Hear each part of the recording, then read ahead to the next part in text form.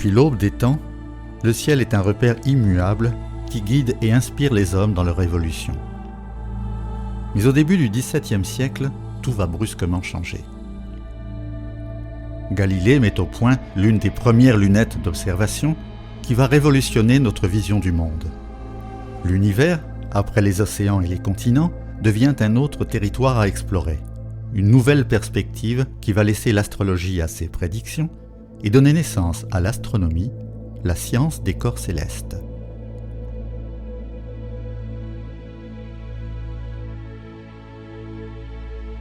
L'astronomie amateur, contrairement à l'astronomie professionnelle qui a pour but d'obtenir des résultats scientifiques, repose avant tout sur le plaisir de l'observation. En France, elle est née au XIXe siècle grâce à un astronome non institutionnel, écrivain et spirite à ses heures, Camille Flammarion. Après avoir publié le premier ouvrage majeur de vulgarisation de l'astronomie en France, il fonde quelques années plus tard la Société astronomique de France. La même année, il inaugure à 20 km de Paris l'observatoire de Juvisy, un observatoire qui lui vaudra le Grand Prix de l'Exposition universelle en 1900 pour ses expériences en astrophotographie. Tout récemment, cet observatoire a reçu une toute nouvelle coupole et de nouveaux équipements. L'observatoire est inauguré en 1887, en grande pompe, par l'empereur du Brésil, Dom Pedro d'Alcantara. C'est aussi l'année de la fondation de la Société astronomique de France. Et donc, à partir de 1887, l'observatoire fonctionne. Et Camille Flammarion s'aperçoit très vite qu'il n'a plus le temps d'observer et d'écrire en même temps. Donc, il embauche ce qu'il appelle pompeusement des aides astronomes, qui n'étaient pas plus astronomes que lui d'ailleurs. Eugène Antoniadi, qui était un dessinateur de planètes absolument remarquable. Et puis Ferdinand Quénisset, donc, qui lui était un astrophotographe avant l'heure et qui a fait ici les premières photos de spectres de comètes en France. Donc voilà, donc cet observatoire, il a vécu en tant qu'observatoire astronomique jusqu'en 1951, on va dire, jusqu'au décès de Ferdinand Quénisset. Ensuite, le bâtiment a été habité par la seconde épouse de Camille Flammarion, donc jusqu'en 1962, et depuis 1962, il est inhabité. Depuis donc environ une trentaine d'années, on se bat pour essayer de le faire revivre. Voilà. Dans la lignée de Camille Flammarion, d'autres grands passionnés des étoiles ont également œuvré pour la vulgarisation de l'astronomie amateur. Pierre Bourges est l'un de ceux-là. Dès la première publication de son ouvrage « À l'affût des étoiles » en 1969, réimprimé plus de 16 fois, au lancement de la revue Le Ciel Normand, ancêtre de Ciel et Espace, Pierre Bourges reste la référence incontournable de plusieurs générations d'amateurs qui ont construit eux-mêmes leur observatoire. De même, l'astronome, aéronaute et physicien français Audouin Dollfus proposa dès les années 40 une nouvelle approche de la recherche spatiale. Par ses nombreuses observations en ballons stratosphériques, avec près de 300 publications et de multiples conférences auprès des jeunes générations, Audouin Dollfus demeure un pilier indiscutable de la vulgarisation scientifique. Plus récemment, Christian Buil, passionné d'informatique et d'électronique, a considérablement œuvré pour l'astronomie amateur. Il a notamment mis au point, dans les années 80, les premières caméras CCD pour l'astrophotographie et créé IRIS, un logiciel de traitement d'images astronomiques. Alors ce projet Odin, c'est un projet qui a été monté ici à Toulouse, avec là aussi une poignée d'amis, de l'astronomie aussi, voilà. Un jour j'ai envoyé une lettre à quelques-uns, et puis on s'est dit, mais si on faisait une caméra CCD pour les amateurs, mais pas pour nous, pour les amateurs. Et essayer de développer quelque chose, un kit, qui pourrait faire un programme éducatif, ou alors même que les amateurs se le montent eux-mêmes pour aller observer eux-mêmes. Parce qu'on se disait, si on ne les aide pas à faire ça, alors que nous on commence à voir la technologie, personne ne le fera immédiatement. Il faut savoir qu'à cette époque-là, il n'y avait pas de caméra commerciale, ou quasiment pas. Donc les amateurs ne pouvaient pas acheter des produits aux États-Unis ou en France. Donc on a été les premiers à lancer ce genre de choses. Et ça a été un succès formidable, parce qu'il y a eu des centaines et des centaines de caméras qui ont été distribuées, enfin, je dirais des milliers. Et donc ça a été un projet incroyable. Voilà. Et on a eu beaucoup de gens qui ont découvert l'imagerie numérique, ce que c'était que le ciel astronomique numérique aussi, le traitement d'images, tout ça a été découvert avec cette caméra. Ouais, voilà, c'est une belle expérience. Ouais. Auteur du livre Astronomie CCD, il est aussi découvreur d'astéroïdes et devient même en 2009 un des premiers astronomes amateurs à avoir pu redécouvrir une exoplanète. Alors sachez que quand même, aujourd'hui, avant de commencer à envisager de découvrir des exoplanètes, il y a tout ça qui existait déjà. Toutes ces innovations, couplées à sa passion pour la spectroscopie, font de lui une référence pour les amateurs. Aujourd'hui, avec plus de 600 clubs ou associations en France, ses nombreuses réunions d'astro-amateurs, les Star Parties, ses forums et sites sur Internet, l'astronomie amateur de l'Hexagone affiche une santé insolente. On peut alors s'interroger sur l'homogénéité de cette grande communauté, sur ses différentes pratiques et bien entendu sur ses relations avec l'astronomie professionnelle. À l'heure du télescope spatial Hubble ou des sondes spatiales, comment et pourquoi ces amateurs continuent-ils d'observer l'espace? Quels moyens parfois incroyables vont-ils mettre en œuvre? Et pour quels enjeux? Alors tu as fait bonne route? Ouais, ça va, ça s'est pas... Cédric, 31 ans, est informaticien. Il habite dans le sud de la France, à Montpellier, et fait partie de ces astronomes amateurs qui n'hésitent pas à s'investir complètement dans leur passion. Le voici pour l'heure en Ardèche, à plus de 2 heures de route de chez lui, dans le jardin de ses parents, où il a entièrement bâti son observatoire. J'ai découvert l'astronomie au lycée avec un ami qui était passionné, qui m'a transmis le virus en me prêtant quelques livres, tout ça. Et puis bon, j'étais intéressé parce que ça me dépassait un petit peu. Je ne comprenais pas trop ce qui se passait dans le ciel au début, hein, comme la plupart des gens d'ailleurs, je pense. Et puis c'est que beaucoup plus tard, après avoir terminé mes études en fait, que j'ai eu mon premier télescope. Bon, on commence avec un instrument, au début on ne sait pas s'en servir, on apprend à s'en servir petit à petit. Et au final, on a envie de soit un instrument plus gros, soit un instrument plus facile à transporter ou à utiliser. Et donc dans mon cas, je souhaitais surtout pas avoir de plus gros télescope, à la limite j'en aurais eu un plus petit, ça aurait été très bien. Ce que je souhaitais, c'était pouvoir observer dans de meilleures conditions. Et puis je me suis vite mis à rêver à avoir un télescope en ce qu'on appelle en station fixe, hein, c'est-à-dire à l'intérieur d'un observatoire ou bien ne serait-ce qu'à l'extérieur, mais sur une colonne en permanence installée.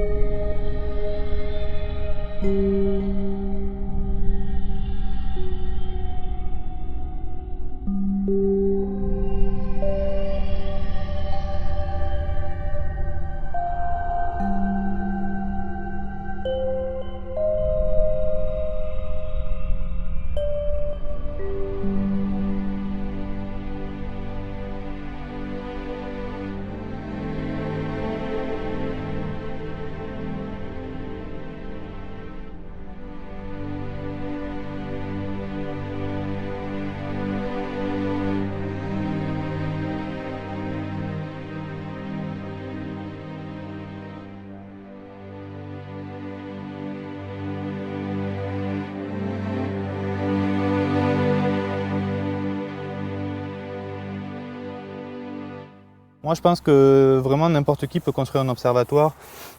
C'est même recommandé si on a la place pour le faire et de bonnes conditions d'observation, d'un bon ciel. Il y a moyen au jour d'aujourd'hui pour l'astronome amateur d'acheter des coupoles, même en partie robotisées. Et puis bon, c'est vrai que construire un observatoire comme celui-ci, c'est quand même beaucoup plus simple et moins onéreux.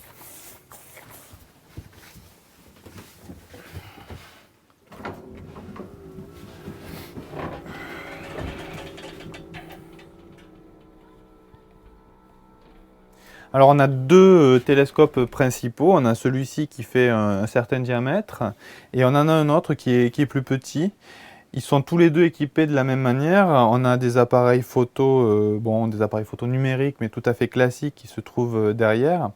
Alors pourquoi deux télescopes? Tout simplement parce que selon l'objet que l'on observe, on utilise l'un ou l'autre. Il y a des objets qui sont plus grands que d'autres, donc c'est pas la peine de zoomer autant dessus, on va dire tout simplement. On a aussi un troisième télescope qui est plus petit et qui lui est équipé d'une caméra qui est très sensible, dite d'autoguidage. Alors l'autoguidage, c'est tout simple, c'est un mécanisme qui permet de suivre une étoile qui se trouve dans le champ de ce que l'on va photographier ou en dehors, peu importe, mais en général assez proche. On va suivre une étoile parce que quand on suit un objet dans le ciel, c'est-à-dire quand on compense la rotation terrestre pour suivre une étoile, eh bien c'est cette partie-là, c'est la monture qui s'en occupe. Et une monture, c'est mécanique et donc ça a des erreurs mécaniques. Et ces erreurs mécaniques-là, il faut pouvoir les détecter et les corriger. L'objet que l'on photographie ne bouge pas.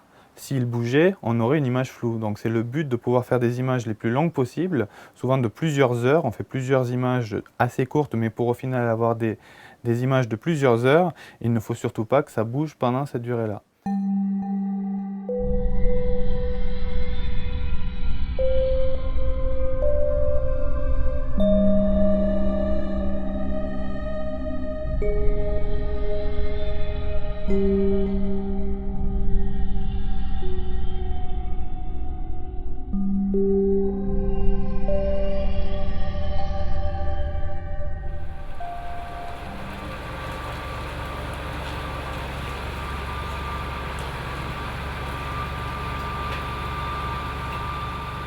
Agriculteur près de Toulouse, la famille Rayonnier en est quant à elle à son 3e observatoire. Construit dans le jardin devant leur maison, ce dernier d'environ 10 mètres de diamètre a été conçu pour abriter l'un des plus gros télescopes amateurs de France. Un télescope avec un miroir de 940 mm de diamètre, soit la moitié de celui d'un observatoire professionnel comme celui du Pic du Midi qui mesure 2 mètres. C'est le point de départ, on fait tout autour du miroir. Hein.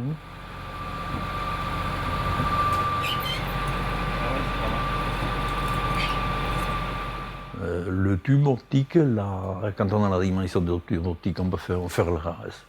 On a la dimension de la coupole à faire aussi.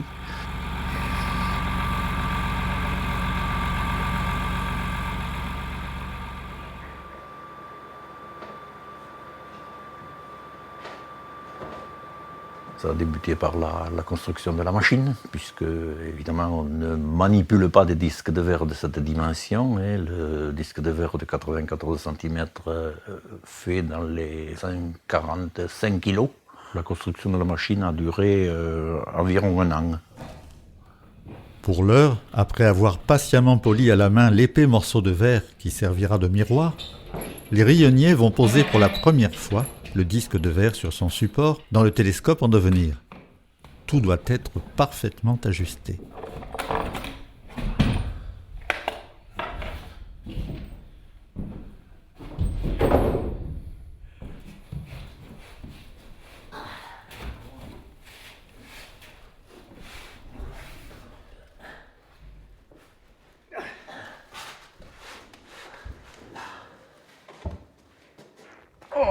Non, on n'y arrive pas. Hein. Allez, je vais essayer. On va appeler Robert. On va appeler un homme fort. Allô, Robert? Ouais, on a besoin d'un coup de main.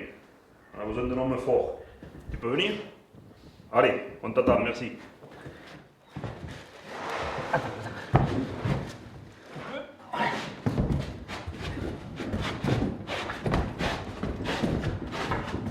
Non, il faut le poser là-bas.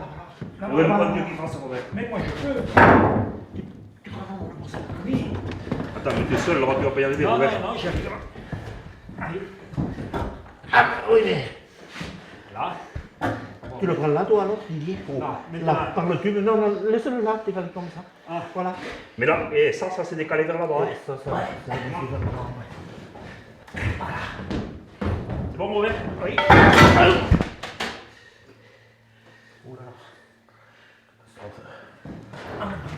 Faut le lever. Voilà. Là.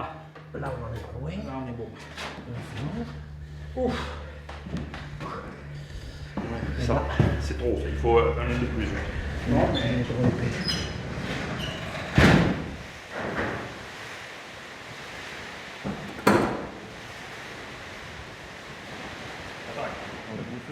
C'est très lourd tout ça. Hein.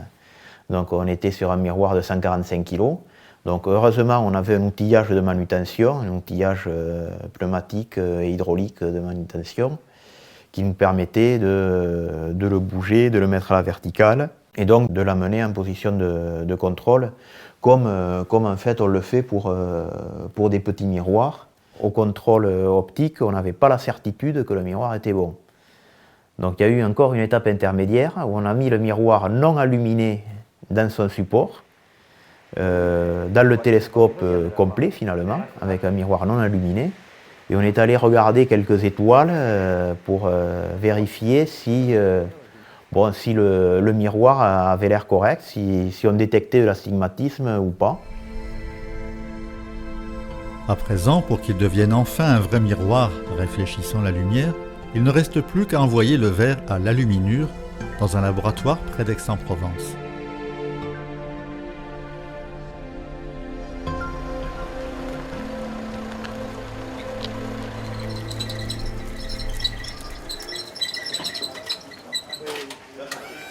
Bon, alors comment va se passer ce traitement de ce miroir de 940 ? Donc on va l'installer tête en bas à l'intérieur d'une de nos cuves de traitement, en l'occurrence celle qui fait 1,10 m de diamètre. Le miroir va être monté dans un barillet métallique. Il est monté sur un carrousel qui permet de le tourner autour de l'axe optique, de manière à uniformiser le dépôt qui va se faire ultérieurement. Dans le fond de la cuve, il y a ce qu'on appelle des creusets, dans lesquels on met du produit. Sur un des creusets, on va disposer de l'aluminium, et dans l'autre, on va disposer un autre matériau qui va servir à la couche de protection du traitement. L'aluminium va devenir liquide, et sous l'effet du vide, va se transformer en vapeur, laquelle vapeur va venir se déposer de manière assez directive sur le miroir, de manière à en déposer une couche qui va faire à peu près une fraction de micron. Quand cette activité-là sera terminée, le canon à électrons va venir taper sur le creuset où il y a de la silice, et la même chose va se produire sur ce creuset-là. Alors la silice a pour objectif de rendre le traitement protégé, c'est-à-dire nettoyable et quasiment insensible aux agressions climatiques. Autour de 1 mètre, c'est la limite partout pour les méthodes de l'astronome amateur, quoi. C'est la limite d'encombrement, limite de polissage et de parabolisation. Combien d'heures alors ? On est partout à la limite. Pour le polir et c'est passé combien d'heures ? Combien de week-ends ? Combien de nuits ? Celui-là, il a passé ça, je sais pas. Et globalement, ça s'est étalé sur 3 ans, quoi. Ouais. Ah oui.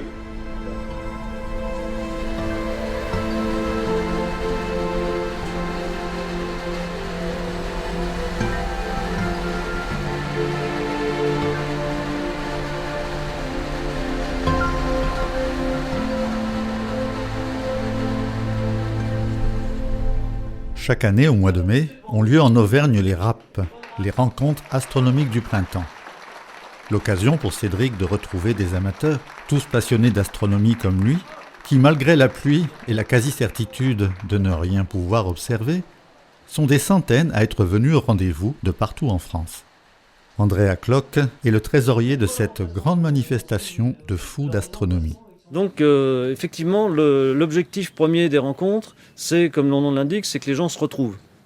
Donc ils viennent avec leur matériel, chercher des idées pour améliorer leur matériel, ou pour expliquer à d'autres ce qu'ils ont fait, leur dernière nouveauté.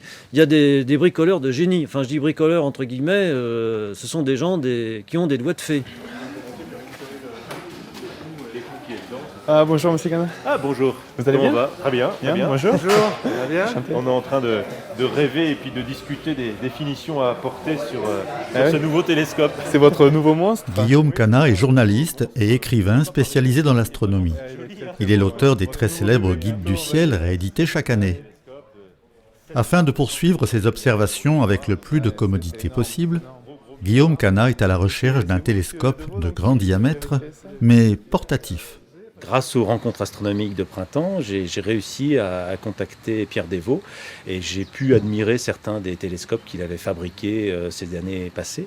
Et j'ai constaté que ça allait tout à fait dans le sens de mon envie personnelle d'un instrument en même temps léger, mais très rigide, très bien constitué, donc très rigide et pouvant être utilisé facilement, et étant transportable et en même temps beau. Un beau télescope qui en plus est bien rigide et répond parfaitement à la moindre sollicitation, ça permet de se promener à l'intérieur d'une galaxie ou d'une nébuleuse, d'aller voir des zones moins évidentes, etc.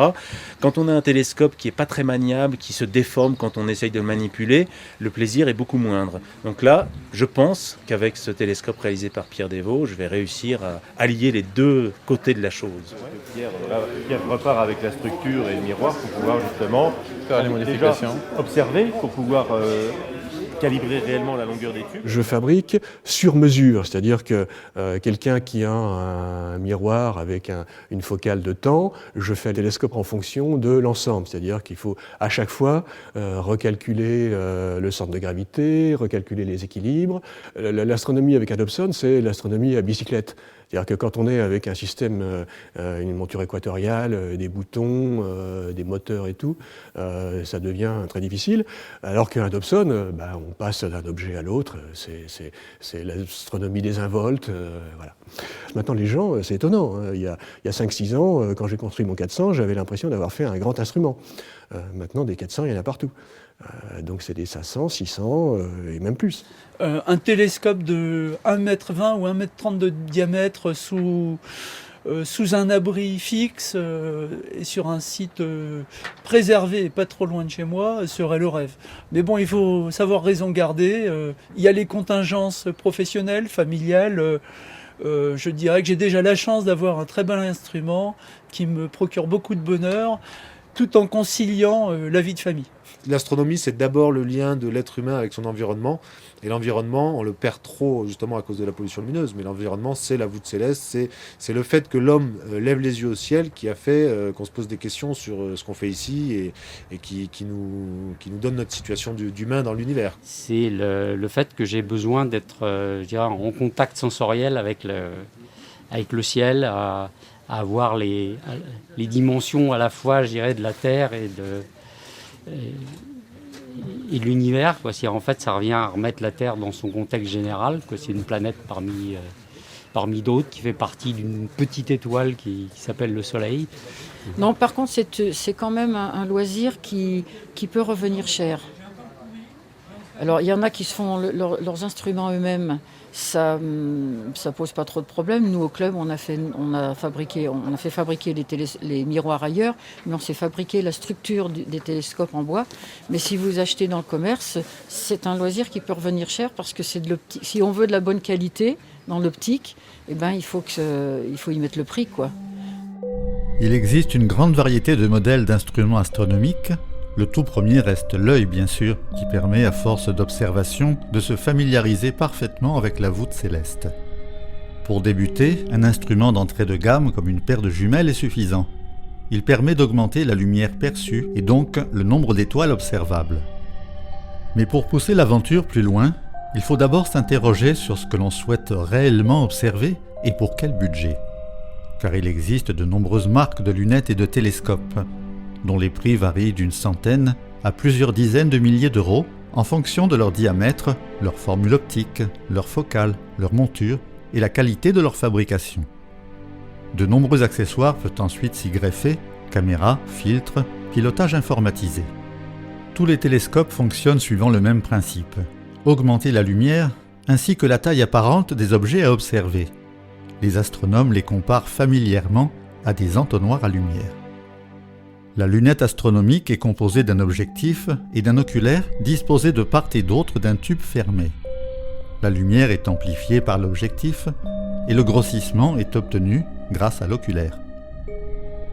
Le télescope de Newton est composé de 2 miroirs. La lumière frappe d'abord le miroir primaire, puis le miroir secondaire pour ressortir perpendiculairement au tube du télescope. La quantité de lumière collectée par ce type d'instrument dépend du diamètre du miroir primaire. Un oculaire placé à la sortie permettra d'obtenir le grossissement désiré.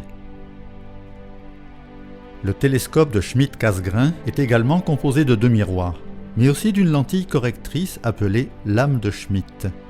Cette dernière permet de corriger les aberrations sphériques engendrées par le miroir primaire. Sa compacité remarquable permet à l'amateur de le transporter aisément Là encore, le choix de l'oculaire définira la taille de l'objet céleste observé.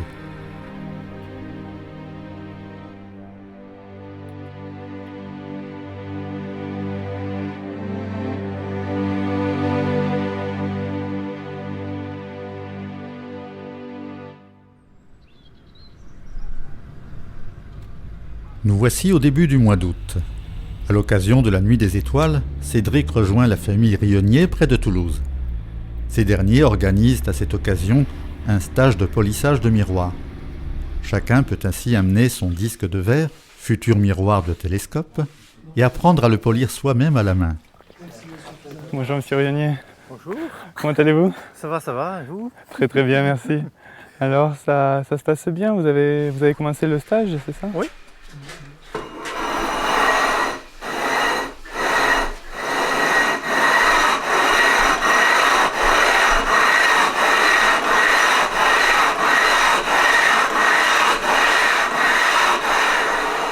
Et on commence avec deux outils plats. Un qui va devenir l'outil qu'on pose sur le poste de travail. Et on fait des mouvements de va-et-vient avec un outil qui va devenir le miroir et qui va donc se creuser en son centre puisqu'il est dessus et il vient en porte-à-faux sur les bords de l'outil.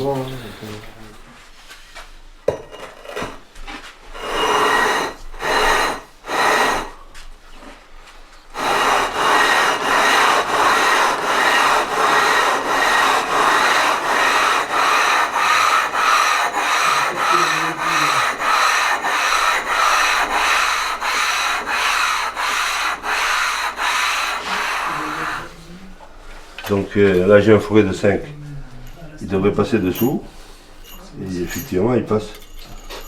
C'est rassurant pour nous, on n'a pas gâté pour rien. Vous avez bien dormi la nuit?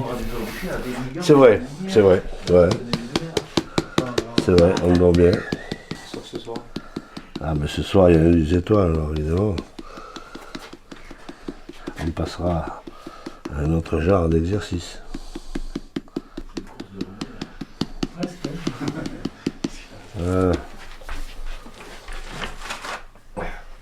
20 kilos. Ça, il est plus léger que lundi, c'est vrai. Il y a quelques grammes à moins. Petite course Non, normal.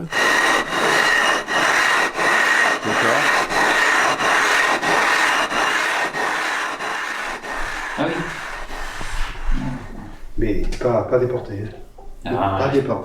C'est parce que ça glisse pas. Non, c'est pas ça, c'est que j'arrive pas à tourner. Ouais, t'as pas ta main. Et là, on a quelle précision? C'est extrêmement précis. C'est de l'euro de quelques centièmes de micron. Centièmes de micron. Ouais, effectivement. Il serait beaucoup risqué de faire du polissage dans la salle où on fait de l'ébauchage. D'accord. Donc ceux qui sont en ébauchage ont interdiction de venir ici, c'est ça?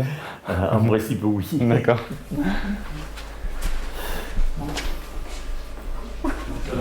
Attention. Nettoyage du miroir. Donc pour un amateur, aller au-delà de 460 comme on a là, ça commence à devenir... Tu commences déjà avec un 200. C'est pas simple déjà de tailler un grand miroir, mais après il y a toute la structure qu'il va falloir construire autour, qui va représenter un poids supplémentaire, et c'est évident que si on le porte mal, si on a une mauvaise posture pour ne serait-ce que soulever son miroir, moi mon 300 c'est déjà limite, hein. Quand je dois le lever et le mettre dans la voiture, non, c'est très très très physique, il faut y penser. Ah oui, c'est très très physique. Donc, ah oui, c'est physique. Ouais. Moi, ce qui m'étonne toujours, c'est de voir qu'on arrive à de telles précisions avec des choses, je ne vais pas dire simples, mais presque. Je veux dire, c'est des petits bricolages qui, au final, permettent d'obtenir des précisions de l'ordre du nanomètre. C'est quand même incroyable. Ah bon. C'est l'heure de l'apéro. Oui. Pardon.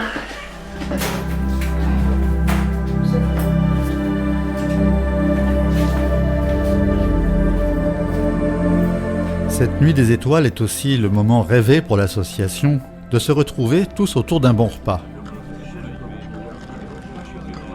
L'occasion pour Cédric d'en savoir un peu plus sur le futur télescope de 940 mm dont le miroir est toujours en cours d'aluminure. Et donc le 940, ça s'est passé comment C'était une vraie aventure, j'imagine. Alors 940, ça c'est une autre aventure. Là, bon, depuis pas mal de temps, on se disait bon, on va faire encore un troisième télescope, on va faire plus gros. Mais à ce moment-là, se pose le problème de trouver les disques de verre. Et là, on a rencontré quelqu'un qui savait où il y avait de gros disques de verre. Qui étaient disponibles, que leurs propriétaires pouvaient nous céder à titre gratuit. Et après avoir réfléchi un petit peu, on s'est dit, bon ben voilà, on va y aller quand même. On va les prendre. Et toute la structure qui va autour, tout l'observatoire a été construit en même temps ou... Alors, tout le reste, donc le tube du télescope, la monture, l'observatoire, on s'y est lancé quand on a vu qu'on arrivait en fin de parabolisation. D'accord. Quand on a vu qu'on arrivait réellement à le faire bouger comme on voulait et qu'on allait arriver à le paraboliser. D'accord.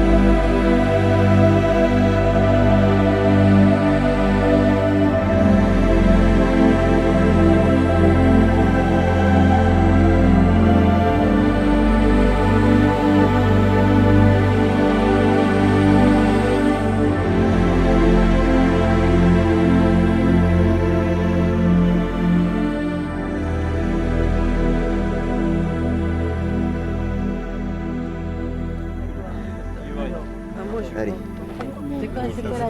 Là, c'est une dentelle du cygne, c'est un résidu de supernova, une étoile qui a explosé il y a quelque chose comme 50 000 ans par là. On voit des filaments de gaz dans l'espace, en pleine voie lactée. On voit noir et blanc. Là c'est trop faible pour qu'on le voit en couleur. La vision en couleur dans un télescope, c'est uniquement sur les objets les plus brillants, comme des petites nébuleuses planétaires, la grande nébuleuse d'Orion aussi, ou alors les planètes, Mars, Jupiter, Saturne. Sinon, la plupart des objets qu'on peut voir dans un télescope, toutes les galaxies, la plus grande partie des nébuleuses, c'est noir et blanc. L'œil n'a pas assez de lumière pour voir les couleurs. Pour observer le ciel profond à l'oculaire, une nuit noire sans aucune interférence lumineuse est indispensable. Mais la pollution lumineuse reste la bête noire de l'astronomie. La moindre lumière et la fête est gâchée. Pour en savoir un peu plus sur ce problème de pollution lumineuse, nous retrouvons Sébastien Vauclair dans les Hautes-Pyrénées, à près de 3000 mètres d'altitude, au sommet du pic du Midi. Sébastien Vauclair est astrophysicien et vice-président de l'association Pyrène, Pic du Midi, réserve de nuit étoilée.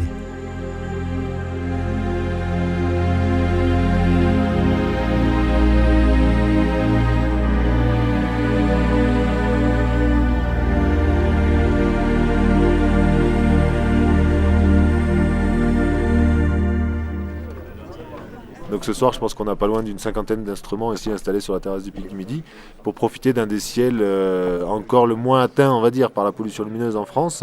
Malgré que Toulouse soit à 200 km à vol d'oiseau à peu près, un petit peu moins, on est quand même sensible à la pollution lumineuse du halo de Toulouse. Et c'est aussi le cas, et ça c'est encore plus dommage, parce que malgré toute la chaîne des Pyrénées qui est devant nous, on est aussi sensible à la pollution lumineuse espagnole, malheureusement. On a été témoin de l'augmentation de cette pollution lumineuse, puisque tous les gens qui ont eu la chance d'être au Pic du Midi avant sa rénovation vous diront qu'à l'époque on voyait la Voie lactée qui était découpée en fait par les crêtes des montagnes. Donc on voyait vraiment en ombre chinoise les montagnes des Pyrénées sur fond de Voie lactée. Le ciel est encore exceptionnel au Pic du Midi, heureusement, c'est pour ça qu'on est là, mais on verra quand même qu'il y a toute une bande un petit peu orangée qui fait que la Voie lactée s'estompe dans la pollution lumineuse avant d'arriver dans les montagnes. Et donc c'est pour cette raison qu'on a souhaité créer la réserve de ciel étoilé autour du Pic du Midi pour préserver ce site qui est quand même encore exceptionnel. Par exemple, qu'une ville comme comme Toulouse, qui est la ville la plus importante de la région du Pic du Midi, consomme à peu près 4 millions d'euros par an en éclairage public. Et avec des simples préconisations de bon sens, on peut en économiser à peu près la moitié. Je vous laisse imaginer ce qu'on peut faire dans une ville comme Toulouse avec 2 millions d'euros de plus par an, par exemple pour de la diffusion scientifique, pour faire mieux connaître l'astronomie aux gens. Paradoxalement, il est un astre qui ne craint aucune pollution lumineuse et que l'on peut observer en plein jour au Pic du Midi. Il s'agit du Soleil. Grâce aux coronographes et lunettes d'observation solaire gérées par l'Association des observateurs associés, notre astre lumineux est constamment observé par cette équipe d'amateurs qui se relaient tous les jours de l'année. Donc le but de cette manip, c'est de prendre un maximum d'images. Les données donc récoltées sont historisées à Tarbes sur base de 1000. C'est accessible à toute la communauté scientifique. Ceci permet aux chercheurs de faire des corrélations entre des observations qu'ils peuvent faire avec SOHO ou d'autres satellites et des observations qu'on a au Pic. Bon, nous, au niveau amateur, on est très heureux de participer à cette aventure par le fait qu'on met un petit grain de sable dans la recherche et bon, on est très content de pouvoir le faire. Les amateurs ont aussi une autre action au Pic du Midi, celle de sauver le T60, un télescope de 60 cm de diamètre abandonné par les professionnels dans les années 80 et qu'une association a réhabilité en le mettant à disposition de ses membres. Observer le ciel à travers une lunette ou un télescope est la principale activité des astronomes amateurs. Mais elle n'est pas la seule, ou du moins, elle peut être pratiquée avec des techniques différentes ou des buts bien précis.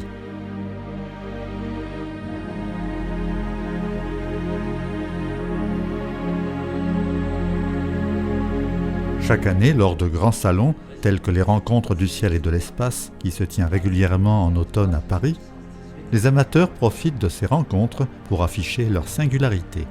J'ai en main la télécommande de l'appareil, je déclenche la rafale de photos et ensuite, un peu fébrilement, je récupère l'appareil et je regarde sur l'écran s'il y a une ou deux photos, là il n'y en avait que deux photos sur la rafale où se trouve la station spatiale et la navette spatiale.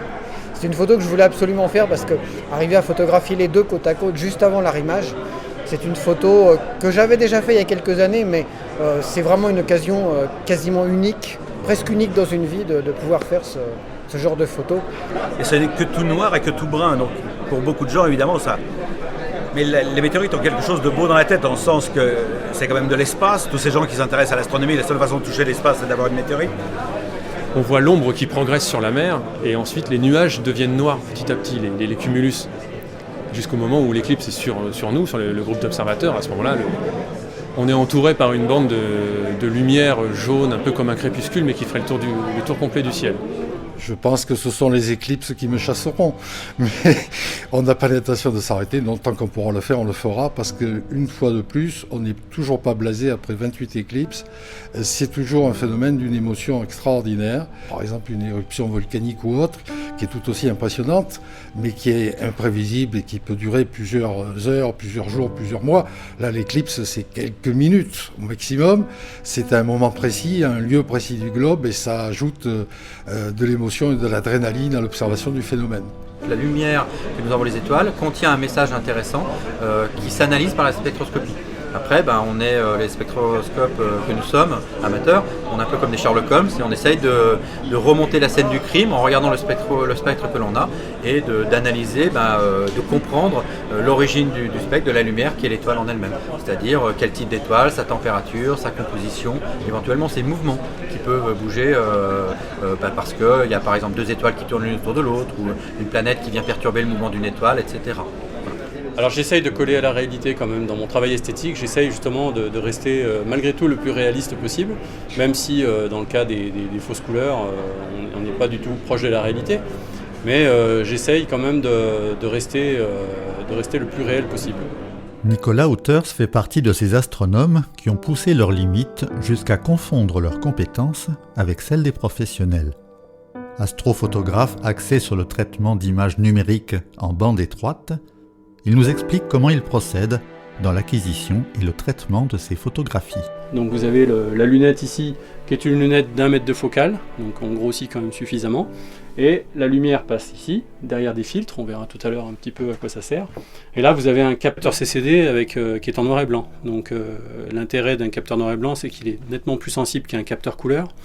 Et pour ça, par contre, on est obligé de faire passer des filtres entre la caméra et la lunette. Et donc là, vous avez la roue à filtre ici. On peut faire de l'imagerie traditionnelle, en vraie couleur. Et puis on peut également faire de l'imagerie narrowband, c'est-à-dire qu'on va ce coup-ci utiliser des filtres, donc j'ai dit hydrogène, oxygène et sulfure 2, et qui va vraiment filtrer les photons d'une nébuleuse, parce que dans les nébuleuses, on a également ces 3 composantes. Et au niveau du traitement, on verra un petit peu plus tard, mais on arrive à faire de l'imagerie en fausse couleur. Voilà, donc avec cette technique d'imagerie, on arrive à faire ce genre d'image et notamment avoir des petites surprises également. Sur cette image, si on observe bien, on peut voir sur la gauche ici une petite bulle de gaz bleue, donc qui est essentiellement composée d'oxygène 3. Et si on zoome dessus, on va s'apercevoir qu'il s'agit d'une nébuleuse planétaire, donc avec la petite bulle d'oxygène autour. Voilà. Et ce genre de découverte, ça peut arriver aujourd'hui à des amateurs d'en faire. Je suis aujourd'hui détenteur de 3 découvertes de nébuleuses planétaires qui ont été faites entre 2009 et cette année. Donc c'est vraiment quelque chose d'assez sympa, de faire de l'imagerie pour le plaisir, et en même temps d'avoir un aspect scientifique, puisque là, découvrir ce genre d'objet n'est quand même pas encore très courant, quoi.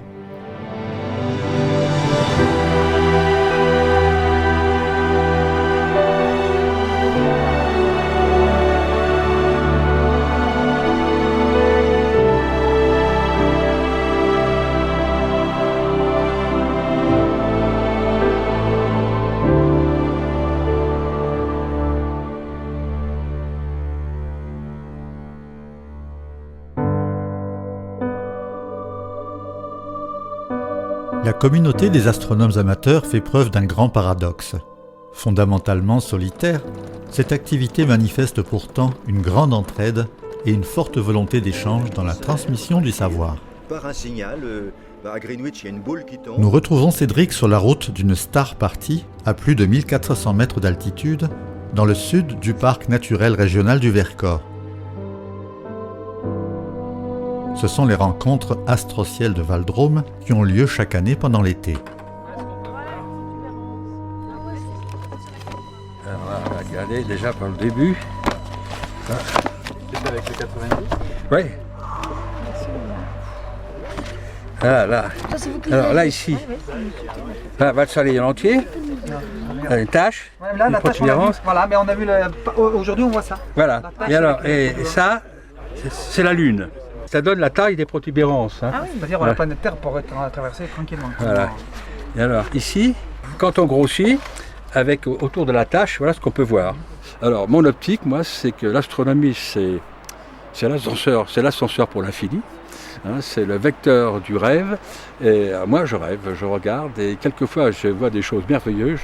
Je n'ai même pas le réflexe de photographier. Je contemple. Voilà. C'est un télescope.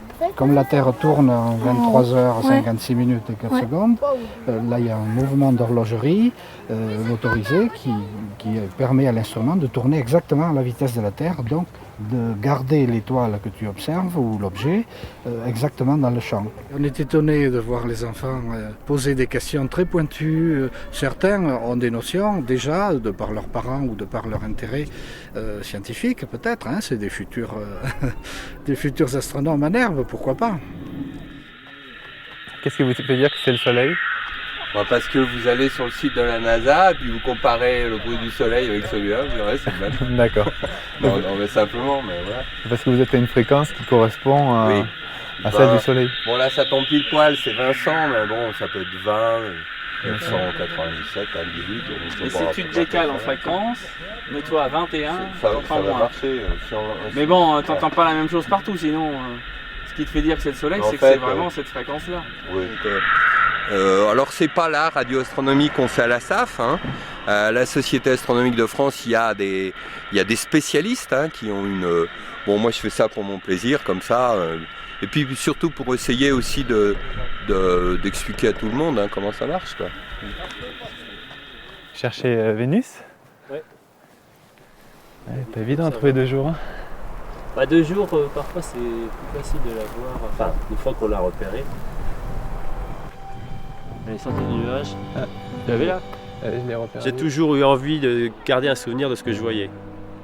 Alors il y a celui qui veut faire de la photo, mais moi c'est ma manière de garder un souvenir de ce que je vois, c'est le dessin. Ça permet de retranscrire plus précisément ce que je vois. Et comme je dis à certains, l'avantage c'est que quand je fais un dessin, je sais que j'ai passé au moins la moitié du temps à voir ce dont j'ai recueilli l'image.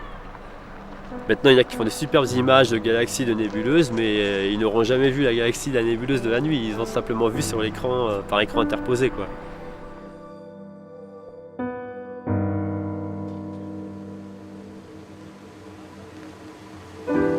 Nous retrouvons la famille Rayonnier au moment crucial de la récupération de leur miroir enfin illuminé.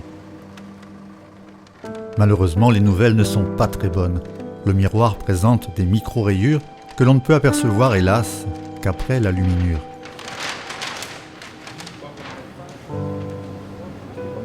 Les rayures, oui, s'il faut mesurer les rayures, là... C'est des rayures qui sont faites avec les abrasifs plus gros qui ont servi à le mettre en forme, quoi, en fait. Là, il faudrait repolir le miroir complètement. Il faudrait le redoucir à je ne sais pas combien, d'ailleurs. Le repolir en prenant beaucoup plus de précautions. Heureusement, après un examen approfondi, il sera établi, au grand soulagement de la famille Rayonnier, que ces micro-rayures n'entraîneront aucun dysfonctionnement. Il est à présent grand temps de remonter le miroir sur le télescope, une opération des plus délicates. Oh, je crois que ça va s'arrêter un jour. De toute façon, bon, de gros projets comme ça, non. Vu mon âge, j'arrêterai là. Ce que je regrette, c'est d'avoir pensé qu'on avait un défaut d'astigmatisme sur le miroir qu'on n'a pas retrouvé quand on l'a testé sur le ciel. Sans cela, on serait allé plus loin dans la précision de la forme du miroir. J'étais conscient au départ que la réalisation d'un projet de ce genre peut lier les membres d'une association, les rapprocher. Or, quand j'ai voulu commencer de réaliser le projet, une personne est venue m'aider de l'association et je lui ai dit on va faire telle ou telle chose. Et sa première question a été mais pourquoi tu fais comme ça? Deuxième chose qu'on a voulu faire, même question, pourquoi tu fais comme ça? Et au bout de 3 fois, je lui ai dit, tu rentres chez toi, j'irai plus vite tout seul que si chaque fois j'ai à t'expliquer pourquoi on fait comme ça et pas autrement. Donc je pense que ça sera aussi un télescope pour les copains qui eux connaissent bien la spectro et vont pouvoir en sortir des choses assez rapidement, beaucoup plus rapidement que moi de ce côté-là, sans doute. Cédric est lui aussi dans une démarche de partage, comme de nombreux autres astronomes amateurs. Nous le suivons ici chez Jérôme, un autre amateur qui s'est lancé lui aussi dans la fabrication d'un observatoire pilotable à distance. Ouais, depuis le temps qu'on avait décidé ça, on se voyait par caméra, avec Skype, et voilà, maintenant ça y est, en chair et en os. En chair et en os, et puis surtout chez toi, donc on va pouvoir voir ton install. Oui, bien sûr, avec plaisir, je vais te montrer l'observatoire et tout. Oh, tu l'as déjà vu un petit peu, mais enfin... sur internet, c'est mieux de le voir en direct. Voilà l'antre. L'antre de l'astronome. Donc bien voilà, tu vois, voilà l'installation. Alors j'ai la partie météorologie qui se trouve ici. Donc ça c'est quand même bien parce que surtout quand on le pilote à distance, tu vois, ça permet de savoir vraiment si on peut ouvrir ou pas.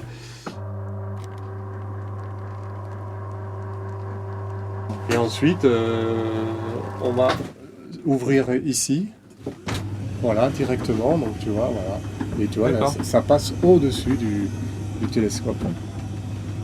Et tu vois, là tu as l'ouverture complète. L'ouverture qui se fait complètement. Voilà, donc là tu peux te relever, c'est vrai, pas de souci.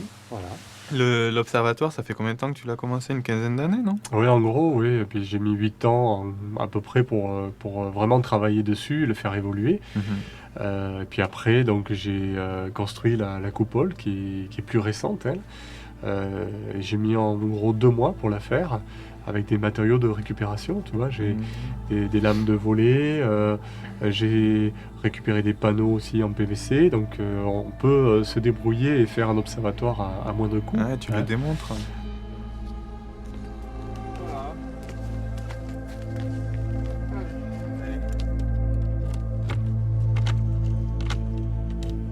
Allez, on va aller voir ces images. Allez, c'est parti. Allez, c'est parti.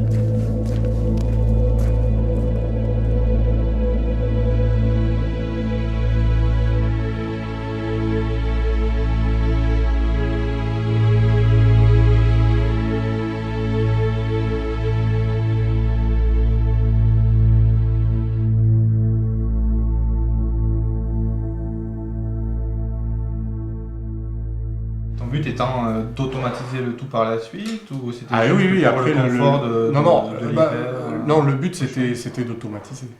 Le but c'était de passer en domotique et d'automatiser l'observatoire.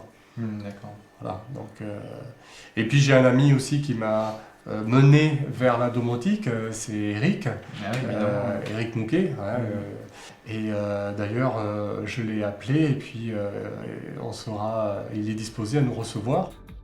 Éric Mouquet est surtout connu du public pour ses talents de musicien. Il est en effet l'un des cofondateurs du groupe Deep Forest. Mais il est aussi un astronome amateur éclairé, dont la passion l'a conduit à la mise en place d'un réseau d'observatoires pilotables à distance, accessibles à tous. Alors j'ai une passion pour l'astronomie depuis tout petit. Je me souviens les premiers, comme beaucoup d'astronomes amateurs d'ailleurs, c'est souvent des souvenirs d'enfance. Je me souviens de nuits étoilées dans le jardin de mon grand-père quand j'étais gamin, et ça m'a toujours donné envie de regarder vers le ciel. Dès qu'il y avait la possibilité de faire des images, ça m'a ouvert un champ et je me suis engouffré là-dedans. J'ai la chance d'habiter une maison avec un très grand terrain où j'ai pu construire les observatoires. Et puis en même temps, j'ai mon studio d'enregistrement. Là, on se trouve dans le studio d'enregistrement et on a vue sur les observatoires. Donc les deux sont intimement liés.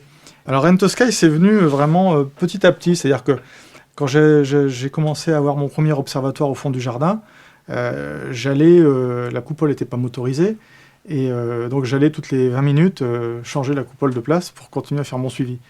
Alors toute la nuit, je passais la nuit à me réveiller, à dormir. Hein.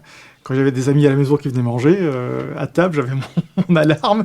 Toutes les 20 minutes, je courais au fond du jardin, bouger la coupole. Pour l'instant, ça fonctionne de bouche à oreille, Ren2Sky. J'ai eu la chance d'avoir quelques articles au début qui ont parlé un peu du projet, et donc ça a aidé à faire connaître la société. Et puis nous, on n'a pas tellement mis l'accent pour développer ça, parce que d'abord, moi, j'avais pas le temps, je faisais beaucoup de musique.